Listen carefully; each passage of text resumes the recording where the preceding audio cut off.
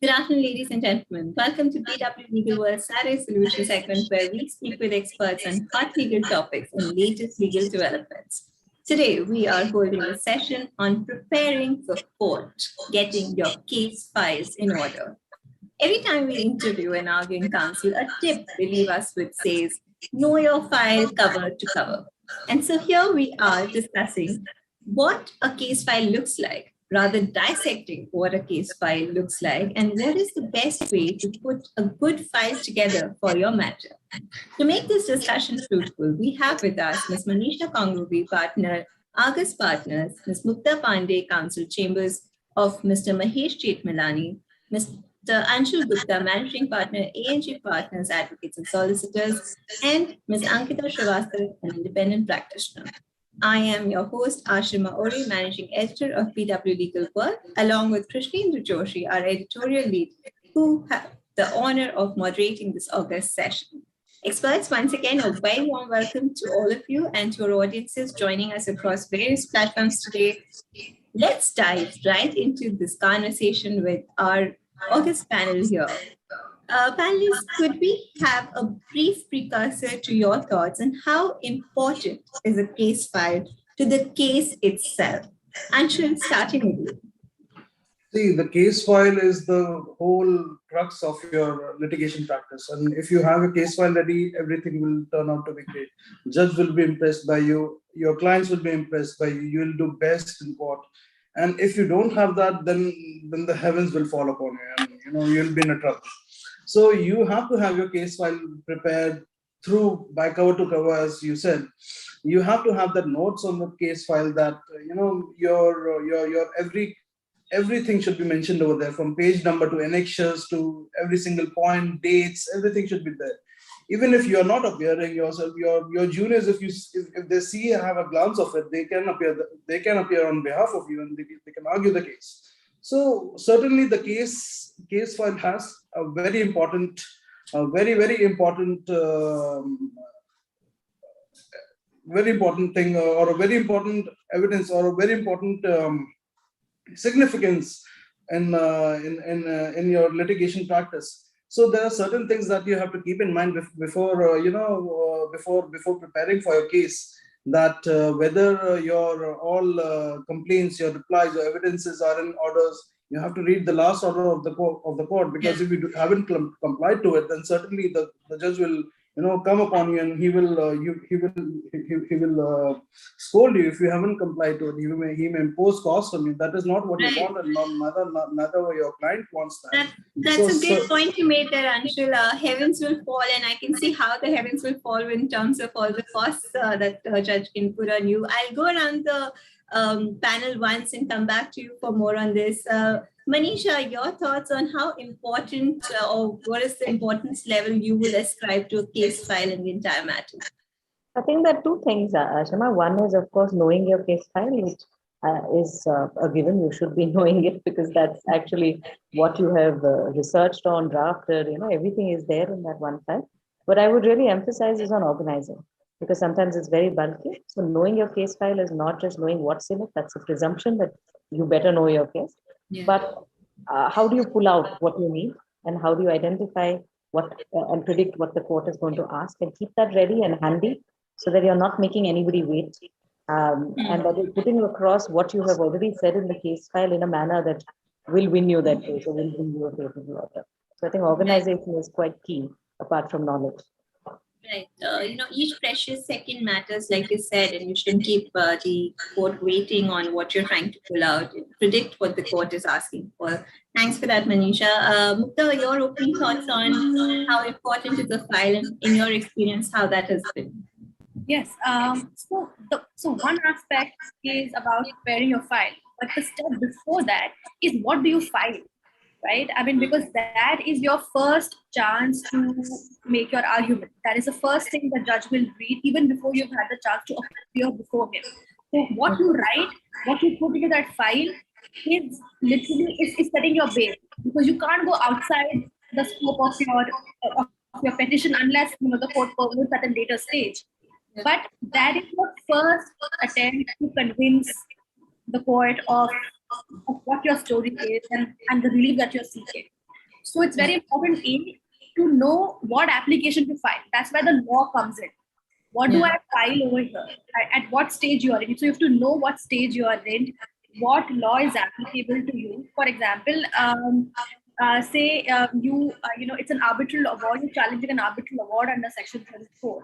But if you're an MSME company and the person challenging against you is not an MSME company, it's a supplier, then you have to know that prior to filing a reply to a Section 34 application, you have to make sure that the person challenging the arbitral award against an MSME company has deposited 75% of the total arbitral award.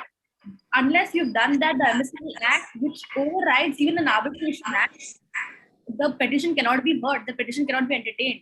So very important to know what the law is, because then you have to file an application for dissection before you file a reply to the Section 34 application. Seeking the other party to deposit 75% of the total arbitral award, which includes your principal amount and interest. So you have to be very careful. If you know your rights, you have to know your law before you file an application.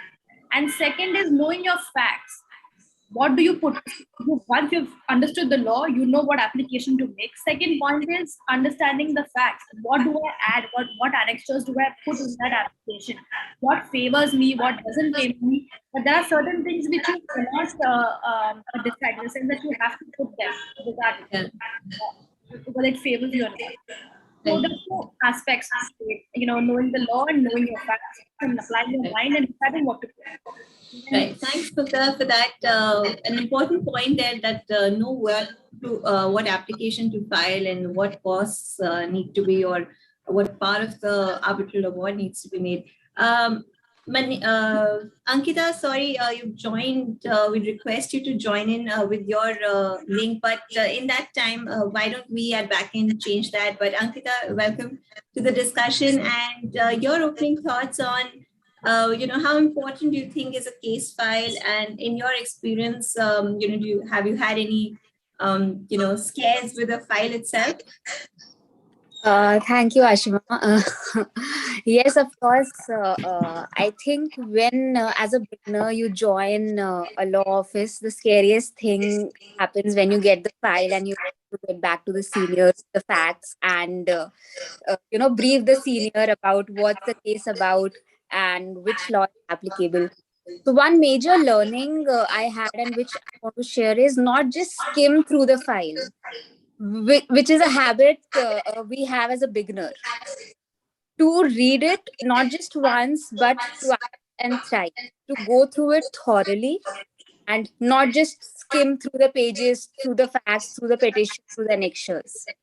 So that was a major learning initially, which I still keep in mind whenever I get a file or whenever I have to read a judgment, to not just skim through it, but to read it thoroughly, at least twice.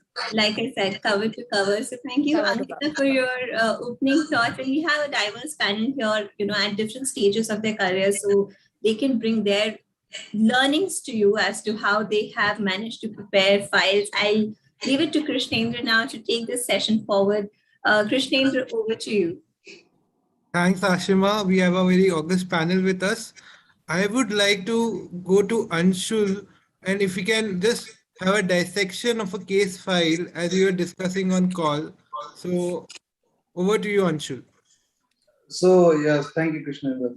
So the first thing that the file needs to be there. When you open the first page of the file, your note should be there. A note should be prepared in such a manner that every date should be mentioned, every annexure should be mentioned, every page should be mentioned, what is the relevant part should be highlighted in the annexures, everything should be mentioned in there.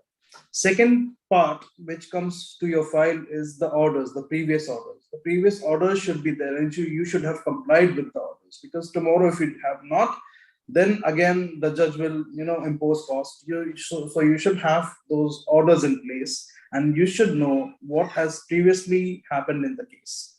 Third thing that comes in the file is the complaint. The complaint comes, and the complaint are different times. Wherever you are filing, maybe it should be in Punjab, Haryana High Court, maybe it should be Delhi. NCDRC, SCDRC, RERA, civil courts. So that complaint should be there. So the complaint is also divided into some parts. I'll give a brief of what a complaint is composed of. The first part is the memo of parties. Then the first part is the index, of course, but then comes the memo of parties, then the synopsis, then the list of dates, then the complaint itself, then the affidavits, then the annexures. If there is an application under section 151 CPC, if you're claiming any interim relief, it should be there. Then if you're putting on emails or WhatsApp chats or anything, then the section 65B certificate needs to be there. Then your wakalatnama, it should be signed properly, court fees should be attested and everything should be there, your welfare should be there, then the court fees, whatever you do. Then comes after that the reply, what the written statement of the opposite party is. It should be there after your complaint. After that, you should have the rejoinders, what you filed to the court, if to that written statement of the reply.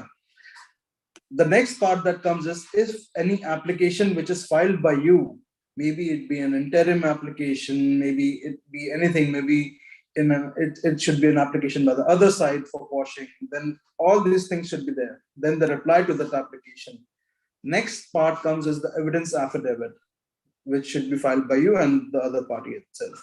And the last part comes as the written submission, which are your arguments, which have to be submitted in court. So the different courts ask different written submission, maybe 2 pages, 3 pages, 4 pages with some case laws. So this is a part where the file should be composed of. Sure. And moving to Ankita, what is the must-have documentation, you would say, and the procedural requirements at the stage of filing? All right. I think you should check all the petitions, the affidavits, the annexures are very important. Most of the time when I've seen the file, the annexures are missing. And that is, given unnoticed by the junior lawyer or associate. So you should check as a beginner that all the annexures are there. And one very important point is that you should always read the prayer. That will give you a good idea about what is the case about, and like depending on the party you are representing, that what is the stage that the case is at and what is the case is mostly about. Then prayer is very important for you to read in every, if you're going for appeal or at whatever stage the case is. Secondly, understanding the jurisdiction according to the prayer, that is very important, and according to that the procedure is determined. So these are few important factors and points that I didn't know when I entered, and I learned through my experience. So everybody who's entering as a junior associate and starting the practice should keep these few points in mind, I believe. And how crucial is it to get your facts aligned to your prayer? Do you see any mistakes there happening? Yes, all the time. I think that is why I'm saying that you should always read your facts properly. Facts should be in your head very clearly. That is very important, and for that you need to go through the file, go through the petition at least twice. Once you cannot expect yourself to know all the facts on just one reading. That doesn't happen. So read it thoroughly, and like it was mentioned, that make your notes. So one note is for the file which you put in, which is formal, and some notes can be for yourself. That is very important. So make notes for yourself as well, according to the timeline, write the facts, so that even if you are, before you are in front of the judge, even if you are in front of a senior, you are able to summarize those facts from start to finish. In the point of making a good summary, I would like to bring in Manisha ma'am and ask her about preparing synopsis, because synopsis is something that is given a lot of weight. So if you can talk briefly about preparing the synopsis, that would be great. Sure. So I hope I'm audible. Yeah. So I think, knowing your case, everybody is emphasized, knowing your case is absolutely important. And that is, let's say, take it as a given, right? You have to know your facts. You need to know what your file is about. But what the synopsis does is that it enables the court to get a fair idea. You cannot expect the court to have gone through those many files, right? So the synopsis, and what I mean is the synopsis that you're filing to court, gives the court an idea of what is your case, right? And that synopsis is therefore crucial, that you identify, not, it's not mechanical. It is not that I'll just cut, copy, paste, whatever other list of dates, etc. It is literally a summary of your arguments, so that in that 1 or 2 paragraphs in your synopsis, the judge gets an idea that yes, this person has a case. You waste your synopsis in trying to say things which are, factual and not really getting, or unnecessary facts that are not leading to your case, then it dilutes the impact that you make. So it is your first impression. A synopsis that the judge is reading is your first impression of your case. And to that extent, yes, I think it's very crucial. Of course, there is a second synopsis, like Ankita was mentioning, which is your internal notes. It's a synopsis for you, or a synopsis for your briefing counsel. So that, of course, Krishna and I will develop on that as well. That is how you prepare for court, right? Are you briefing a counsel? Are you arguing? So the way you prepare would be different. But the 2 kinds of synopsis is, one, your first impression to court, and one, of course, is a synopsis for yourself, which will be far more detailed. And it'll have, like I said, depending on whether you're arguing, the synopsis for yourself is different. You're briefing a counsel, your synopsis looks different.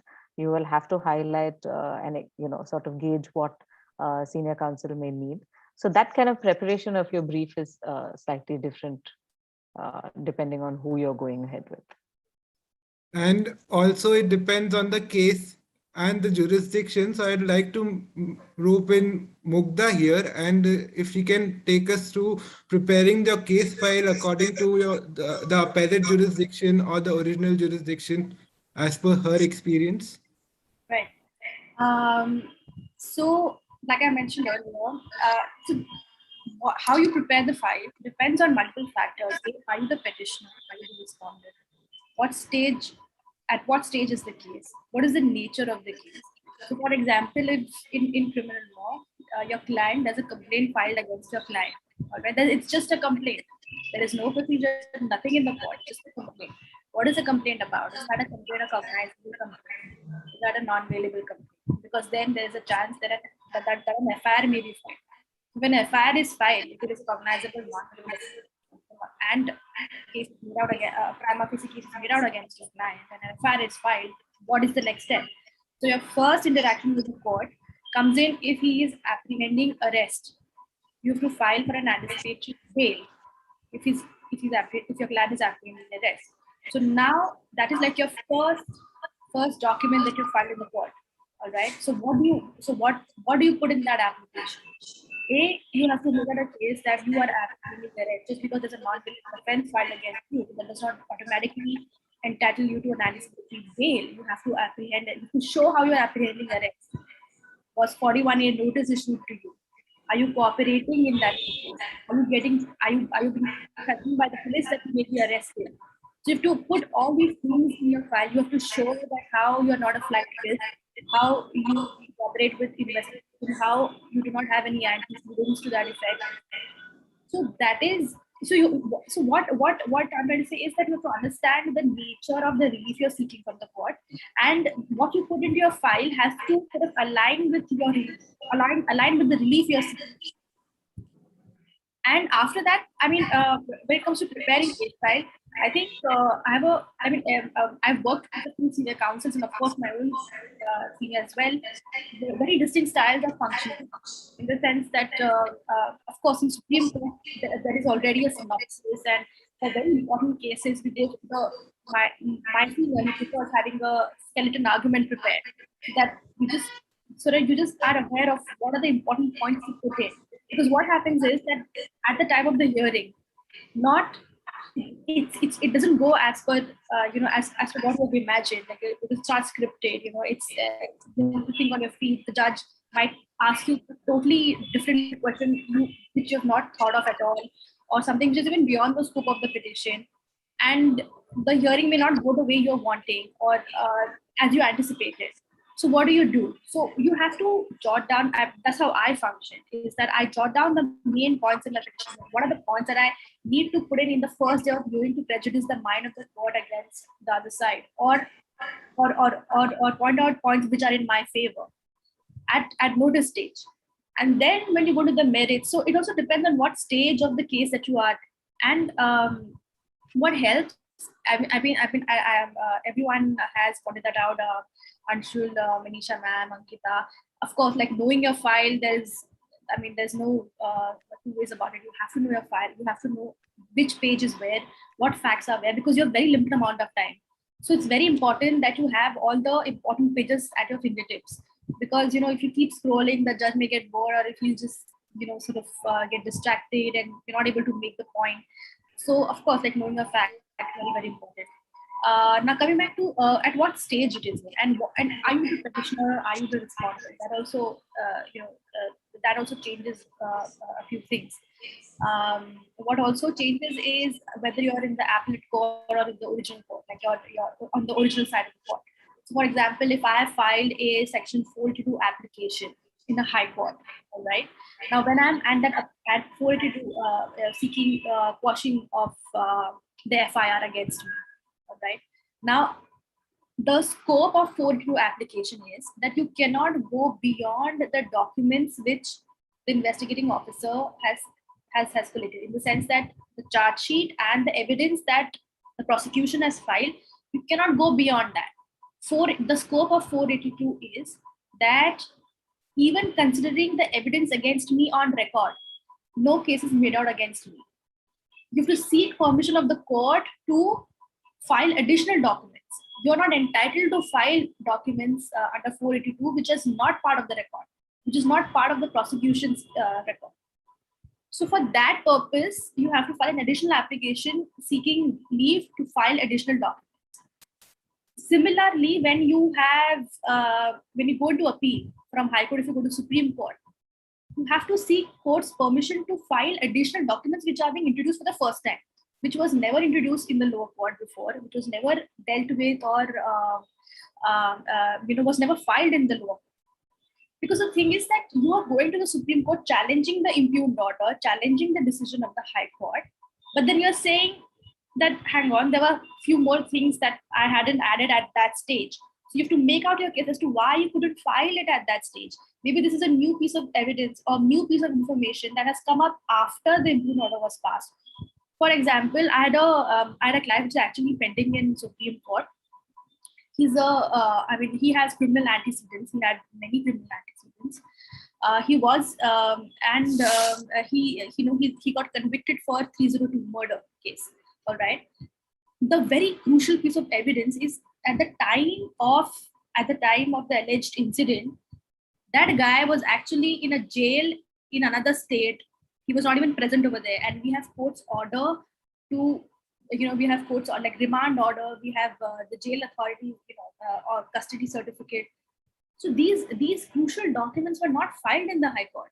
I mean, if I am able to prove, if I'm to show my alibi that I was not present at the crime of incident, but you have not pleaded that ground anywhere. You've not pleaded that at the stage of trial. You've not pleaded that at the stage of your first appeal in the High Court. But suddenly you have discovered that the lawyers in the courts below have completely missed out on that aspect. But it's very crucial to your case, because that would nail the case, right? I mean, if I have an alibi, if I'm able to show that I was not present at the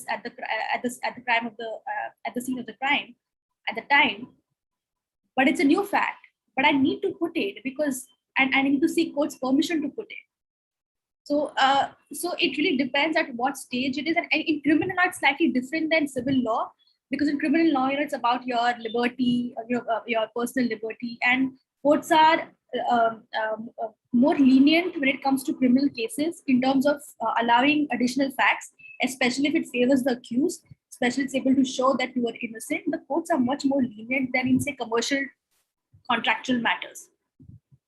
So you have to be aware of what case you're doing, what court you're before, and also the nature of your case. For example, when you're going, when you're challenging you have to understand the nature of the case. For example, if you're for a bail application, you have to make out that there's no prima facie case against me. And how do I show that there is no case against me? You have to collect documents which are in your favor. Suppose if you have been alleged of say a case of cheating, you show a prima facie case against, that the prima facie this allegation is wrong, so that it helps in prejudicing the mind against the mind of the court against the prosecution. That yes, that at notice stage, you have to prejudice the mind of the court against the prosecution. That should be your intent. Later on, when it comes to merits, final arguments, that's when you go deep into the merits. For example, in Supreme Court, you literally get like a minute. You get less than a minute sometimes to convince a judge of a case. So how do you decide what is my most important point? When you're preparing a case file, you have to know, okay, of all the points in my favor, which is the most important point in my favor? That is what I'm going to start with. Because there is a chance that the court may not even hear me after that point. There's a chance that they may interject, they may start with a new questioning, and I won't get a chance to put forth all my points together. So I will start with my most important point, and that's how I'll just keep a tab of all the points that I need to cover. And that's about it. I think that's the in terms of filing procedure wise, in the sense that the documents going. I think the only common factor and the only common application across the court hierarchy and the nature of cases is, of course, your affidavit of the client approving the document, your index, limitation period. These are very common documents which have to be filed at every stage, and before whether it's appellate or original. Right. Thanks, Mugdha, for that. I just want to interject there and come back to Anshul for better understanding. Anshul, I believe you have a file to share with us. I think that'll be really helpful at this point, so that we can draw parallels between, or at least define the differences between a civil matter and how Mugdha has put forth what to do, when it's a criminal matter, how do you put your most important point forth first? Anshul, could we come back to you for that file? Sure, I'll just share my screen. I'll first show you the Delhi High Court petition, a writ petition, and it will give a glance how things are in the Delhi High Court. How do you file it? So I think, do you have a visual? Yes, thank you so much. We can see the process fee form. Yes, this is the process fee form. So after the issuance of notice, you have to file a process fee forms. The fees depends upon the number of parties which are there. Then after that, it comes for if there is a condemnation of filing of delay of that process fee, it needs to be filed within a week. And if you do not do it, you have to file for condemnation of delay.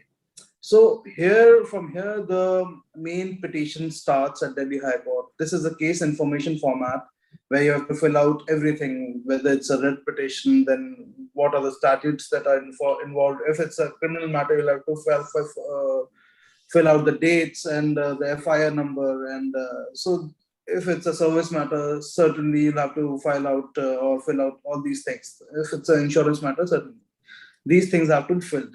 So the first page, as I said, was an index. So index has to cover, number one, your court fee should be there. So for writ petition, it's different. For criminal, it's different. For civil, it's different. So every matter has a different court fees in Delhi High Court. If it's an original side, it's a different. So there's a notice of motion. There's application for urgent hearings. So past COVID times, we had this application for urgent hearing because regular applications or regular petitions are not being taken up by the courts until and unless you mention it to the registrar and urgently mention it from 9:30 to 10:30. There's a time, and if he allows, then only your matter will be taken up the next date or the coming date. Without that, you cannot think of getting your matter listed.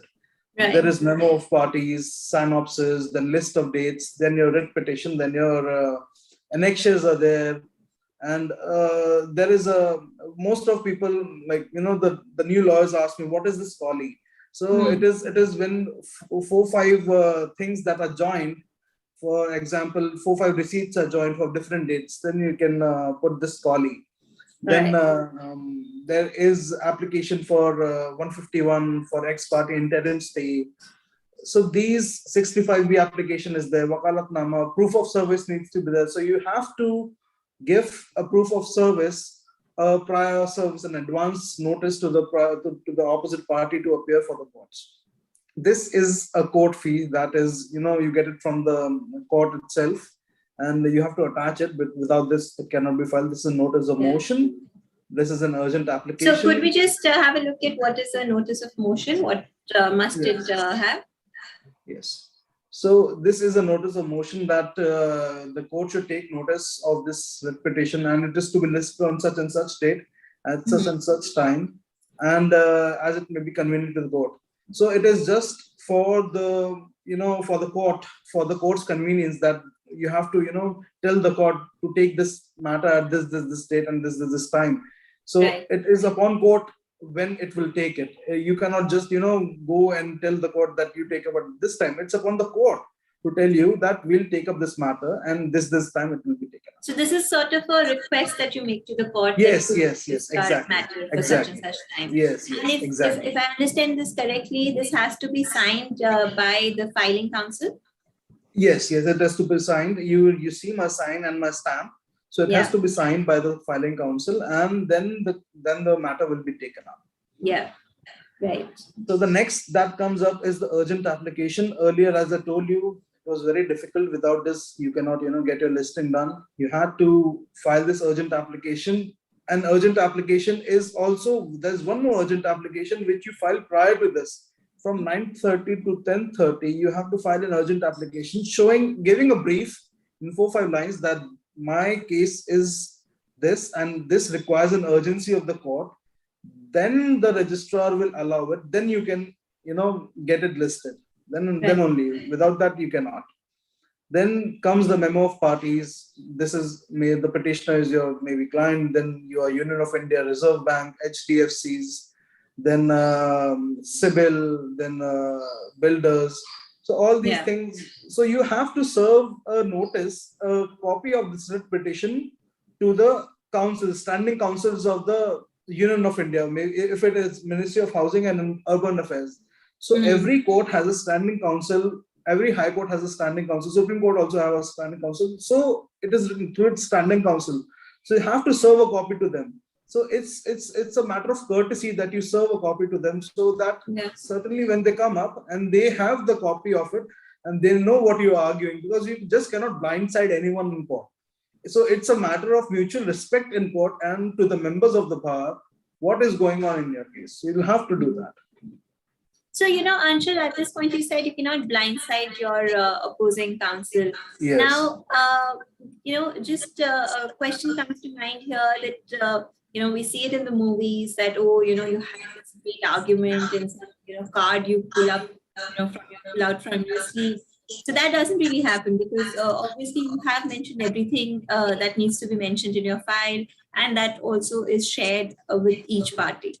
Yes, certainly. You cannot just blindside your opposing counsel, because you have to tell the court and the opposing counsel what is happening. If you refer to a case law, you have to give a copy to your opposite counsel and the court itself. So you have to give him a chance to prove himself also. So you just cannot blindside him any point of time. You have to give him a copy in advance. If you do not do it, then it reflects bad on the court, and court itself says to you, Mr. Gupta, you are very experienced counsel. Why did you not give a copy to them? So you do not want to hear that in court. So it is basically you have to give a copy to the other party. And these have to be identical copies. So you're saying yes, that it needs to be identical copies. You have to give an identical copy. It cannot be that one page number is mentioned in the judge's, page number 5 is mentioned in him, and the page number 4 is coming at his. It cannot be like that, because when we are in court, we ask the judge if my lordship can look into page number 5 on such and such cases, on such and such paragraph. The other party will also look at it. So you just cannot, create a confusion with the other party. You have to be very clear to the court. You'll have to be very clear to the other party what you are asserting, the facts, the judgments. You have to be very clear about the fact. Right. So when we move down, this is the memo of parties. These are synopsis. In Delhi High Court, I make a little bit synopsis, but it is recommended to have a very crisp synopsis for maybe 4 to 5 pages. That is the maximum that you have. For Delhi High Court, I have to put in many judgments for the court to see, many regulations, RBI regulations are there. So there are many master circulars. So that is why I made. So in your synopsis, you also mention all the annexures, like for instance, No. revocation. That is not mentioned in the synopsis. That is mentioned in the writ, which will come later in the point of time. All right. If you see, there are certain grounds which are not as grounds which are mentioned. It's certain it's certain points that are mentioned for the court to have a look at it, because the court will, every judge, remember, every student should remember, every lawyer should remember, when a judge of a high court or Supreme Court is coming to hear your matter, he has read your file. He has read your file. So you have to remember him. Remember that. You just cannot make him, you just cannot do anything or consider him as a fool. You cannot do that. I'm sorry for saying that, but you have to be aware of the fact that he has read your file. So synopsis should be very crisp, and certainly they read your file, they read your synopsis, and from there they ask you question whether that point or that fact is correct or not. So most of the time they have made up their minds, but you will have to, by the questions they ask, you will have to convince them whether you are right or wrong. So those questions are directed to you to make them aware of the point whether they are right in their thinking or not. So here is a list of events which come, whether you have to start from the beginning, from which date it started, what is happening now, what agreements were signed, what happened. So you have to mention everything. It should be around 2 to 3 pages, maximum list of dates, because judges have this tendency to have a list of dates and to see what thing happened at what time. Yeah. Because they can't go through your writ petition, maybe it may be 100 pages or anything. You have to have something crisp for the judges. So you only put like the most important, like Mukta said, do you put only the most important points in your list of events, or does it have to be chronologically everything that happened till the cause of action arose or thereafter? Mostly we only put those list of events which are very much related to the case, to the to the winning of your case. Yes, to the winning and to your winning actually. Yeah. You have to point out those facts which are crucial to your winning, because if you put those facts which are not, then certainly it will create some kind of a downfall for you as well. So certainly you'll have to put certain facts which are crucial to your case. Then this is the main writ petition. For example, when you start off, you have to write a writ petition under article such and such, and then you have to write you have to be very humble to the court when you're going in court, and your drafting should reflect that, because if you do not do it, certainly when the judges will see, or judges will read, and they get a different opinion from your drafting, if it is very not drafted well, they will have a poor image of you. Yeah. So certainly your drafting should be very humble, and it should reflect what is there in the case, and it should clearly reflect. Everything should be mentioned in there, because you can't hide the facts from the court. You'll have to tell all the facts, but it should be there, and it should be very humble. So even your spellings in your drafts has to be precise. What spellings are there? Because certain times you make a spelling mistake, judges will make fun of you, and there will be a minute of laughter in the court. But you don't want that if it's a serious matter. Yeah. So certainly then your brief facts of the case starts, and here you can mention the annexures. Here you mention the annexures. So such as it is a petition, so we write annexure P1. That means for a petition. Then it's then again annexure P2, then P3. So these things have to be there. So right now I'll tell you that with this modern technology, if you see, there is a page number 33 written. So Yeah. earlier what we used to do is we used to take a pen and make it and write it. Now with this modern technology, you can automatically just number the petition after it is prepared. And certain lawyers have to be tech savvy, because if you do not do it, you would be wasting your time a lot in doing other things which are, which should not be done. So I know that, initially everyone used to do it by hand, and then if a paper was missed, it was marked as, say, 34A, 34B, yes, yes. and that Yes. way.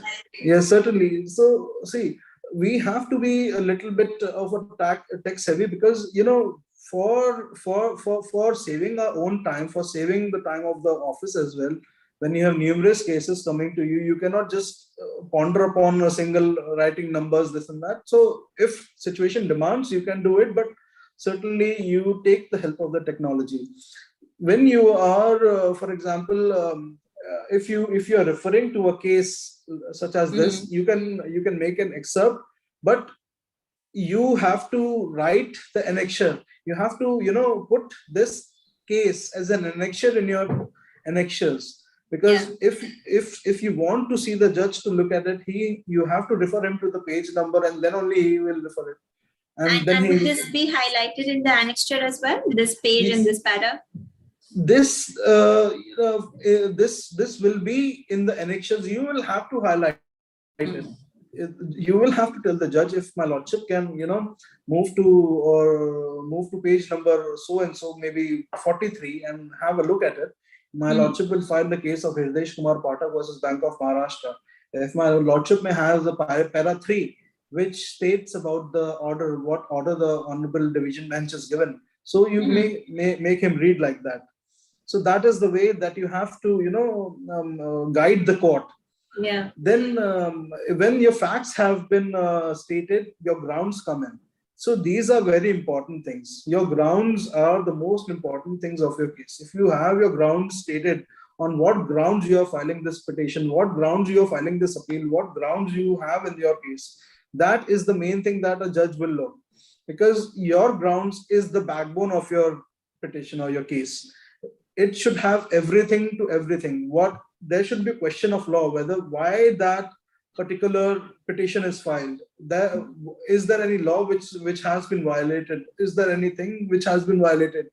So question of law should be addressed in this grounds, whether what law is violated and what relief that we want. So it is certainly on these grounds we have to file these cases. So if you see, there are certain case laws that I've referred in grounds as well.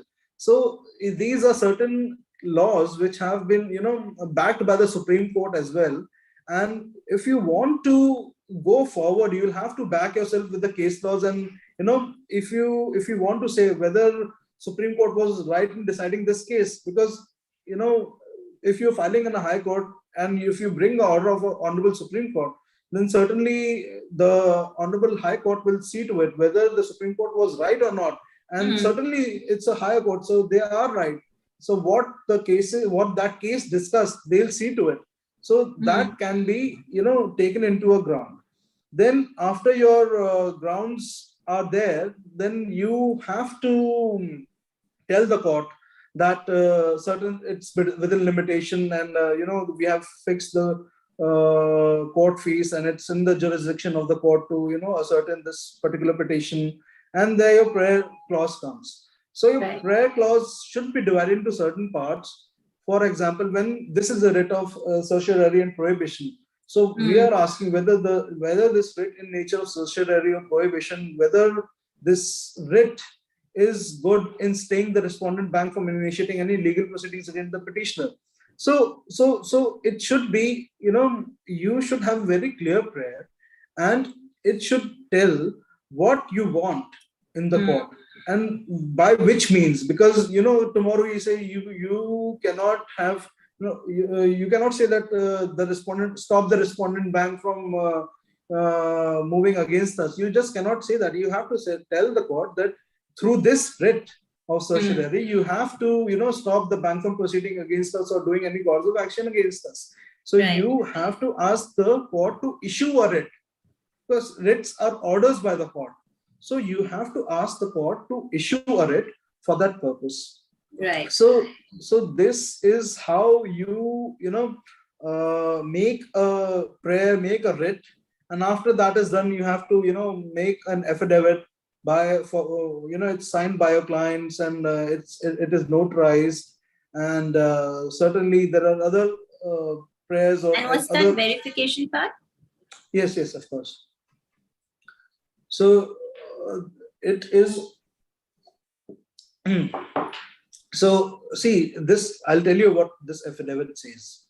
I so and so, in this case Sanjeev Kumar, age about this much. I say that I'm well conversant with the facts and instance case, and I'm competent to swear this affidavit. The contents of paragraph 1 to 10 of this accompanying writ petitions. So this writ petition had para number 1 to 10, which mentioned the facts, and the contents of para 11 to 25, which are grounds, are based on the legal advice, which I believe to be is true. No material has been concealed and no part is false. Yeah. And the annexation number from page number 7 to 106 pages, which are mentioned below it, are right and true copies of the originals. So Right. you have to give the originals and the true copy. There's a stamp of true copy which has to be put on those annexures. Then only your annexures can be taken. Right. So the client signs verification, I so and so hereby verify that para 1 to 3 of that above affidavit are true and correct to my knowledge, and no part is false, and nothing material has been concealed, and it is signed and verified on such and such date. Then the notary, whoever is there, he signs, and I verify that he is my client, and he's competent. Yeah. Then this is how an affidavit is done. You have to attach. Right. Then comes the application under 151. If you need some ex parte interim stay, for example, if there is a certain matter which is very urgent and you want to stay on that matter, you have to file this application asking the court that such and such facts are there, and I want a stay on such and such, on such and such acts. So the court will see. You have to prove 3 things. It's a prima facie case. If you can see on page number on para number 7, it's a prima facie case. The balance of convenience is in my favor, and if the court does not grant the stay, irreparable loss will happen to you. So you have to prove all the 3 points and get a stay in that matter, and you have to pray that an ex parte interim stay has to be granted in my matter, and any further orders that the court may deem fit and proper in my case. So this also has to be notarized, and affidavit should be there with this application as well. So each application will come with its own set of affidavit. Yes. Right. So then after that, again, if there is a possibility where your annexures are not good, if there is a problem in your annexures of reading, if it's dim or tie or it's dim or cannot be read, then you have to file this application for exemption from filing typed copies and dim annexures. So this is just a pro forma application, but it is it's certainly important sometimes where the annexures are quite dim, and you cannot get the hold of the originals, or the original copy is not good. So you have to file these things. All right. Then again, that application has to be accompanied by an affidavit. Then this is very important in these times. Whenever you say that you have an email, you have a WhatsApp chat, you have a certain electronic document, it needs to be certified under Certificate of 65B of Indian Evidence Act. If you read, I so and so affirm and declare that I am the petitioner in the case and in the lawful control of the computer number so and so. So there is a computer number, specific computer number. Every computer, every phone has a number which you have to put here. So these numbers are specific to each computer and each laptop and each phone. So these are the numbers that you have to put, and then only you have to get that affidavit signed that belongs to me. Whatever I am giving, maybe it be email, maybe it be WhatsApp communications, whatever it may be, that particular document is mine, is coming out of my own computer, which is in my lawful control. So that needs to be there. So this is the last part, which is the wakalatnama. This wakalatnama, in Delhi courts, there is a welfare of 25 rupees in High Court, and you have to file the court fees, which is here. If you see in below, so it's 4 or 6 rupees depending upon the advocates. So this is signed by your client, and date and everything should be mentioned. You have to mention your enrollment number and everything. Then when it is done, you have to file it along with it. Then the last part which comes is, service of writ petition on behalf of Sanjeev Kumar. So if you see, I have sent it to Union of India Delhi High Court that I am giving an advance copy to him. So without this, they won't accept my writ petition. I have to serve an advance copy to the opposite party. So these are certain advance notices that I have given to the other party to be present on such and such case and such date. Right. So these are this concludes the Delhi High Court writ petition. I hope everyone would have learned from it. I have certain other writ petitions which are different in different courts, and every court has a different procedure of filing, every different court fees, every different things. So you have to look into what kind of forum are you approaching, and what kind of law that you are going into. So for example, in NCLT there is a court fees of 25,000 rupees if you have financial creditor. So it's quite a lot, different from the High Court itself, where it's 200 to 500. So it's a different ball game in NCLT, NCLAT. I think this is quite blur. I'll show you a different one. Right, Anshul. I'll just go around the panel once. Thank you so much for sharing this vast, file and taking us through that page by page. So grateful for that. Manisha, coming to you now on, now we have some context for our viewers and audiences joining us. What does the file look like? Now, how do you mentioned in your opening thoughts, there's a huge difference between when you're briefing a counsel as against when you're preparing. Now, with this in hand, what are the differences you'd like to bring out for us?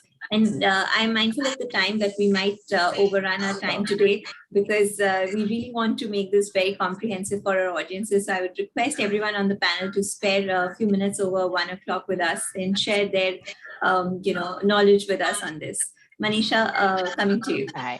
So, Ashima, as Anshul correctly also pointed out, that this format will change, right? For example, even terminology such as a notice of motion, what it would mean in a Bombay High Court is very different from what it would mean in a Delhi High Court, and there is no such concept in a Karnataka High Court. Right? So I think, of course, the formats will differ, but it's great to have gone through what are the essentials. But I would say that when you're preparing for court and preparing your court file apart from the case, I think for a hearing, what is important is that you understand your role in that hearing, right? Yeah. What is the role that you're playing? Are you arguing today? Are you a junior counsel who's briefing a senior?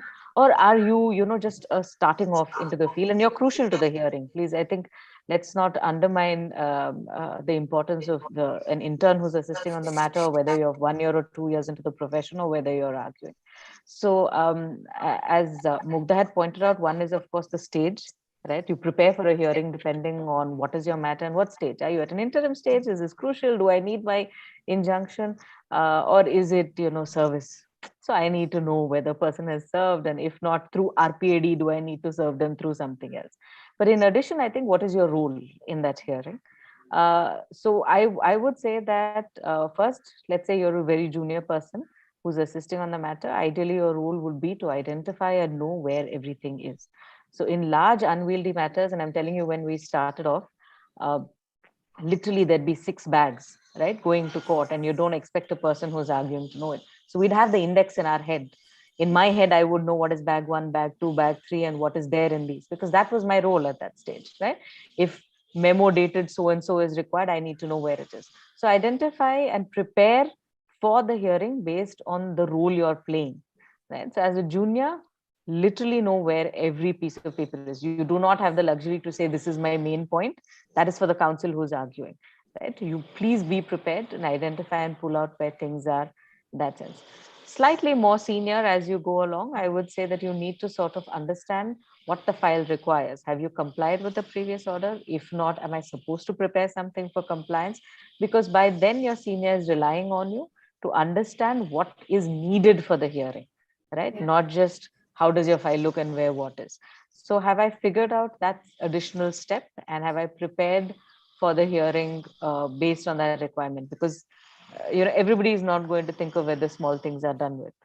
So that is your mid-level, and where you are sort of in charge of the matter. Just to give you an example, let's say you're rushing for an injunction, right? And you need something, is your house is being demolished and you need an injunction immediately. What I think each court will have a different a word for this. What we call is, we'll require the order by hand delivery, right? I don't have time to make a certified copy application, then it'll get copied, etc. I don't have that luxury, because I need to say that, listen, I've got a stay, you can't demolish my house. So I think in Bombay it'll be called dasti, in Karnataka it'll be called hand delivery. So as a mid-level person, you're like, you need to foresee, saying, I need to keep this memo ready because I need this order, and if I get the order, I need it in hand immediately. So these kind of preparations come in the mid-level, where you need to be of good assistance to your senior and to have made sure that the case file is complete in that sense. One is a compliance, and one is predicting, like I said, what you need as a next step. And then comes the, I would say, more senior, where either you are arguing yourself or you're the lead briefing counsel for a senior counsel. So when you're arguing yourself, of course, you prepare your file very differently. You will keep only what you need to argue, right? And cross-reference to those in the flow that you would require to argue, because you expect your junior to have been ready with the rest of the things. You know in your head what are the facts, you know everything that exists, but I can't clutter my mind with so many. Like, I've seen files with literally every annexure flagged. It is a terrible way to prepare a file. Okay. It is of no help to literally have every annexure flagged. Then you don't know what is important. Because as Anshul said, you already have your note with all your page numbers, right? Yeah. So what you need to do is flag what you need, right? And what you need to turn to. So that is when you're arguing yourself. When you're briefing a senior counsel, and this, in fact, I would say I was trained in for a long time, so I really feel that it is important to know how to prepare your file, right? One of the easy things that people do, and as Mugdha was pointing out, each one of us prepare differently, right? Yeah. So all we can do is give you all tips on what we think you can use. One of the things which I found very convenient when I was briefing a senior counsel is color coding your annexures, right? Or your notes according to the issue at hand, right? So one is, of course, there will be the main points and the main annexures. Okay, let's take a very simple case. Maybe it's an eviction case. So you'll have your lease deed and an eviction notice, and your basic, flag those as your main annexures in a particular color, right? Yeah. And then comes the second stage of, okay, what do I need to prove? These are my grounds that I have taken, right? Anshul, I think, took you through those grounds. Yeah. So for each of those grounds, what are my corresponding documents? Of course, it is there in your synopsis and your notes, etc. I'm saying flag it according to that, so that the access to this, and because that's what you're feeding to a senior counsel when you're briefing, right? Points, page numbers, the main points the senior counsel is already prepared with, and of course, predicting that this is where the counsel is going, so keep an file ready accordingly. This is a possible question that the judge may ask, so let me keep that ready as well. Yeah. But if I clutter my table and my file with everything as being important, it's not going to work, right? Yeah. So when you're briefing a senior counsel, your file is prepared very differently from when you're arguing yourself. So I think it's very important to identify what role you're playing during the hearing, so that you can really and I know it value may the sound very process. mechanical. Yeah, and I think it may sound very a mechanical process, or maybe not important to say how well organized I am. But frankly, I feel that your file reflects your thought process, right? If you're organized in your mind, your file will reflect that. And if you're not organized in your mind, your file is just going to be haywire. And trust me, we have seen people who appear without knowing the party's name that they're appearing for, etc. So your file has to, if your file is organized, to me, that's a reflection of how organized you are. You're not going to be one of those lawyers who come to say, my lords, inadvertently, I have lost my file. You don't want to be there, right? And there are. So let's really focus on keeping yourself organized, apart from knowing the contents of it, because that really reflects on how well you present your case as well. Right. Thank you so much, Manisha. Some great tips there that, not everything needs to be flagged. Although in my experience, I think I did have a brief stint at practicing law, very, very brief, and I did flag everything. So I think I know from a little bit of experience that how wrong I was. And our audiences can certainly learn from that not everything needs to be flagged. Thank you so much, Manisha, for that tip.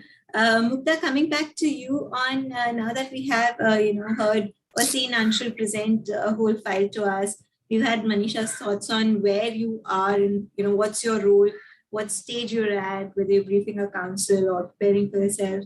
Now, how different has the experience been when it comes to the criminal matters? Once again, hearing from you, of course, like you said, bring your first most important point forward, and then the rest. But how does it really play out? And, what are the timelines we're looking at? How much time do you get to make your case and say, oh, this is the alibi that I wanted to put, but, this was missing? That's the example that, you shared. More thoughts on that? How do you prepare differently for a criminal matter? What do you consider more important, and how do you really put that? Does that also reflect in your file? Does that come, that page come before everything else, or is it still in order, but that's something you would like to flag first? Yeah, I think the most important aspect, which Manisha and I pointed out, is that you have to understand what role you're playing. Are you the arguing counsel? Are you also the briefing counsel? Or are you a junior who's assisting a senior?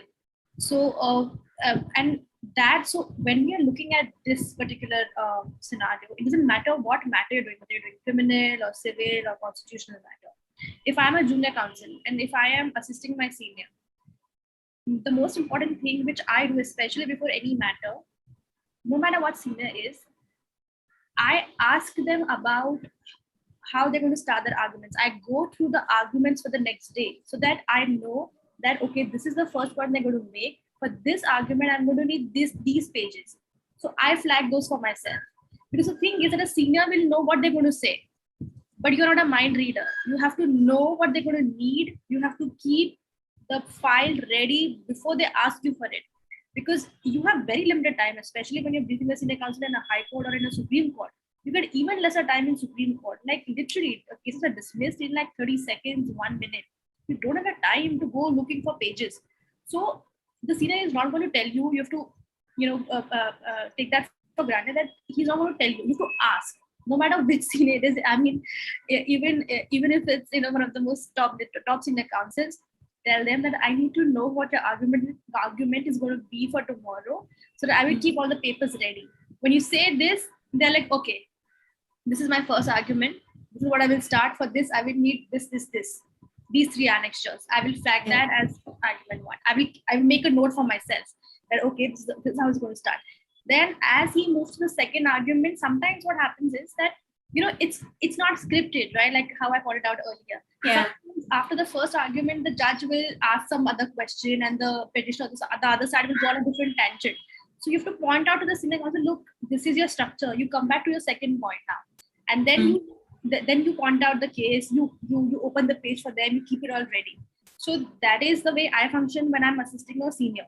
When I'm also the briefing counsel, of course, like that we've already gone through with Anshul and I've really I've covered all the points.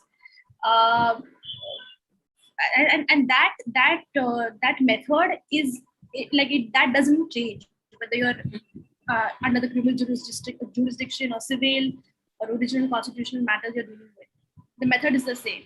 So, Manisha ma'am said, know your role, know your facts, and know your file, know your law. Those are the only four things. And Right. yeah. Thank you, Mukta. Thank you so much. Also, earlier panelists pointed out how, in fact, Manisha pointed out that how a Bombay High Court file can look, largely different than a Karnataka High Court file. How does this go for the criminal matters? Is there some Very sort of... different. Oh my God, like Bombay High Court, because it's one of the oldest high courts of Bombay, Calcutta, Madras. New Delhi is one of the newer courts. So the procedural wise, it's much easier to file in Delhi High Court than with Bombay High Court. Bombay High Court has many very different procedures. There's something called as a docket, which doesn't exist in Delhi High Court. They have they're very different. Like it's proto notary, not even registry in the Bombay High Court. So you have like very different terminologies used in Bombay High Court. Sorry, I'm interrupting, Mukta, but just to add to what you're saying, even the invoicing method, for example, in a Bombay, they will raise an invoice in gold mohar. It's not always in rupees. Okay, really? Yeah, it's a headache to file a writ petition in Bombay High Court. Whenever I have to file a writ petition in Bombay High Court, I'm really dreading, because the smallest of things, like the memo of parties has to start from the half page has to be kept blank, and then the memo of parties has to start from the middle of the page. They're so finicky, and they're so particular about how things are done. They don't have a synopsis in Bombay is list of dates. It's the same. So they call list of dates is synopsis. There is no synopsis like para-wise how you have in Supreme Court. There's that you don't have in Bombay. So clearly the file can entirely be, absolutely, if you've mastered, say one court, you certainly cannot get up and go into another court the next day. So how, let's also, since I think Ankita, one of our panelists, has been unable to rejoin because of a technical error, but let me quickly go around the panel once again to know, how does one actually then, get around to learning this code craft? What has been your experience in when you have to practice in more than one courts? Now that virtually one actually got a chance to practice one day in Delhi and next day in Bombay, how do you really get around to making your files ready? What's the tip there for our audiences? This is where the condition, like most of the high courts, especially Punjab, Haryana High Court, you have to have a local counsel on, with you. The person who's enrolled with that state bar council has to be also a signatory to the Wakalatnama, or he also needs to be on record. Right. That's where you learn, because it's so difficult to navigate through the whole procedural aspects in different courts. So the way for you to learn is to put someone on, take assistance of someone who does it regularly. That's the only way you can make sure that you're not making any mistake. A lot of times, cases are pressed, we are pressed for time. You don't have time to sit and learn and go through everything. So you need someone who will be able to help you with these procedural aspects. Right. Thank you, Mukta. Manisha, coming to you, other than shadowing, is it also beg, borrow, and steal? Anything goes when it comes to a matter next day in a different court altogether? So one of the things, in fact, I was having a chat internally with our managing partner on this as well, is that since we're all going virtual, right, these procedural aspects after a point need to, at some point, become uniform. Exactly. Right? It's after a point we need to focus on the law, and that's what it is. As lawyers, whether a synopsis is 5 pages long as required by Delhi High Court, or a list of dates and synopsis as required in a Karnataka or Bombay, right. The contents of it is the same. And all of us should be able to very fluidly move. So I think there is, or there should be more active, there is an active discussion, but there should be more active discussion on really making procedure and the look and feel of everything very similar. I think we need to homogenize all these procedures, because like I said, a virtual lawyer cannot be expected to not know or, be left high and dry when it comes to a completely new court, simply because you know your law, you know your matter, but you don't know your procedures. I think we'll head that way. And of course, you'll need a local lawyer's presence in any event. Right. to really go ahead and help you with the local procedure. But I think overall, if you start homogenizing, like you said, I think it assists even with training your eye. Sometimes Mm. you can start to practice across cities, and it shouldn't hold you back. Right. That procedure is not that something that should take you years to familiarize. Even as a junior, it takes you an entire year to even understand what a file looks like. But why, right? I should be able to move states and do that Exactly. comfortably. Hopefully, Right. we'll move there. Yeah, that should open more avenues for our virtual lawyers now. So thank you, Manisha. Anshul, your experience and what are your thoughts on how can you really get, more courts under your belly? I do take assistance of the local lawyers. I have lawyers in Punjab, Haryana, Allahabad, Karnataka, and they do all my filings and everything. I cannot just go into, the filing things because it just messes with my mind. So I have to, give them the work. You do it by whatever means you do it. So they do it and they come back to me. There in Allahabad High Court, there's a procedure of photo affidavits which I didn't hear about. So a perukar or a friend or a relative of you have to come before you make a writ petition. He has to get a photo affidavit done, and then only you can file a case. So that is a new thing that I learned. In Punjab, Haryana High Courts, I had this recently. I had this encounter that they say that you do not annexure your case laws with the original file. You file it as a different compendium to the court. So all right, he said that your writ is very long. You have to cut short it too much. So certainly there are certain hurdles for us, but I do not want to take them on myself. I just say you do it, and just let me focus on the law and the arguing part. Right. So clearly having a network of lawyers in local council, that's how traditionally the system has worked, and going forward also we need that. But I think a good takeaway from the discussion is that we need to homogenize our procedures for newer avenues to be opened up for our virtual lawyers. And until then, thank you so much, panelists, for sharing this, cover to cover story with us. And hopefully more on this. We're trying to make a series out of this, and we'd really like to know more going forward how we can prepare for court. By really now knowing our file and what's the next step forward. We'll certainly come back to you on that. Thank you so much for today. It's been so wonderful to hear your experiences. And for Krishnendra, any last thoughts from you?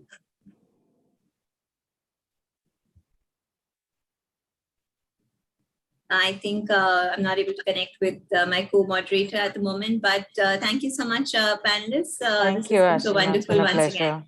Thanks for having us. Thank you. Thank you so much.